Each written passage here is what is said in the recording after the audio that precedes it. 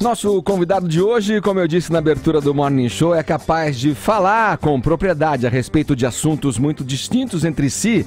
A gente vai querer saber dele, por exemplo, sobre a Fazenda, a discussão em torno de bandeiras identitárias e como manter acesa a chama da paixão.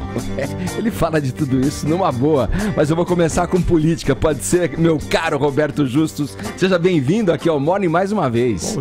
Bom dia a todos vocês aqui do Morning Show, aos ouvintes, em especial a minha mulher que está me ouvindo agora. Um beijo enorme para minha linda esposa Ana Paula. Sabia que a parte da chama da paixão... Tá vendo? Você falou disso, né? Ia prevalecer. E aqui a chama tá bem acesa. Mas como eu falei, Justus, vou começar com a política aí. Um pouco antes do segundo turno, a gente até vinha e trouxe pra gente aqui, comentou no início do programa, você divulgou um vídeo em que declarava apoio, manifestava voto ao Bolsonaro, ao Jair Bolsonaro.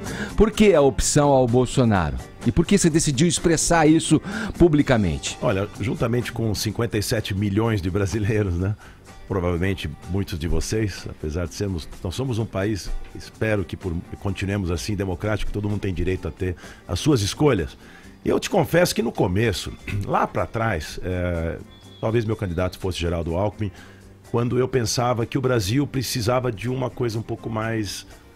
nessa transição entre o desastre do PT e o que poderia vir no futuro, alguma coisa um pouco mais calma e tal, mas aí quando eu fui vendo que foi minguando a candidatura e quando eu fui ouvindo o atual presidente eleito Jair Bolsonaro falar, eu comecei a ver um pouco diferente daquela figura um pouco, vamos dizer assim, bastante polêmica que nós todos conhecíamos, né, do deputado, em que ele entrou em algumas polêmicas e exageradamente se expressou de uma forma pouco correta, talvez assim, para a sociedade aceitar.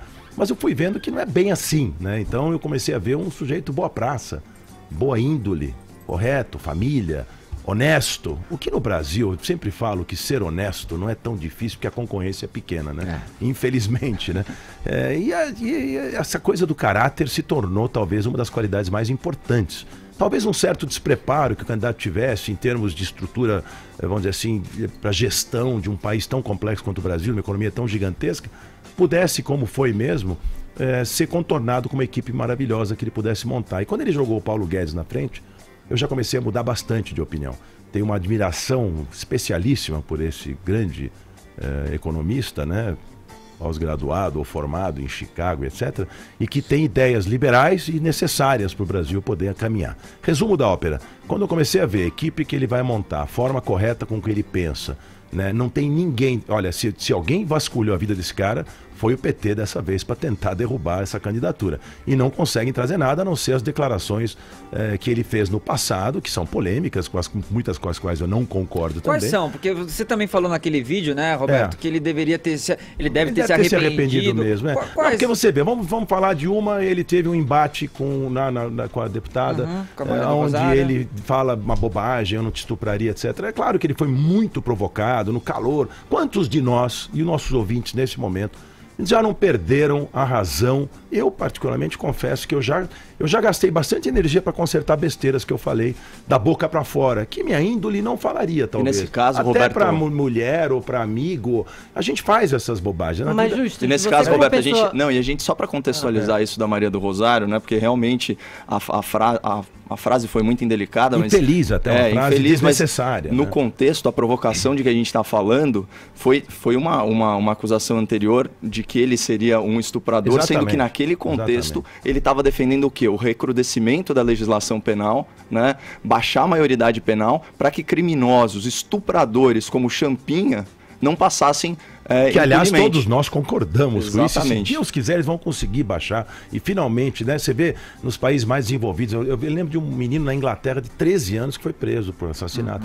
Quer dizer, não estou dizendo que a gente precisa baixar nesse nível, mas 16 já estaria espetacular para o Brasil. Mas então, esse foi um dos comentários. Você, como pessoa pública, não ficou inseguro de endossar um candidato que teve declarações muito polêmicas a respeito de homossexuais e mulheres e tudo mais? Porque o passado dele, nesse caso, condena em vídeo mesmo. Ele foi muito ao super pop, muito ao CQC, e as declarações dele não são necessariamente muito tolerantes quando dirigidas a essa parcela da população brasileira, que é só então, eu acho que tudo na vida é uma questão de equilíbrio, de bom senso, né? Nós temos que colocar na balança os prós e os contras. Eu comecei a ver prós tão tão importantes para o Brasil. Nós estamos tão cansados, né? O politicamente correto é importante, mas tem um certo limite, né? Tem aquela chatice do exagero, nada pode mais falar, nada pode mais fazer, tudo está errado, entendeu? Então, eu tenho que condenar quem fala coisas grosseiras, mas nós não podemos tirar o mérito de uma pessoa que tem intenções que são importantes nesse momento do Brasil. Um candidato desse perfil, eu comecei a ver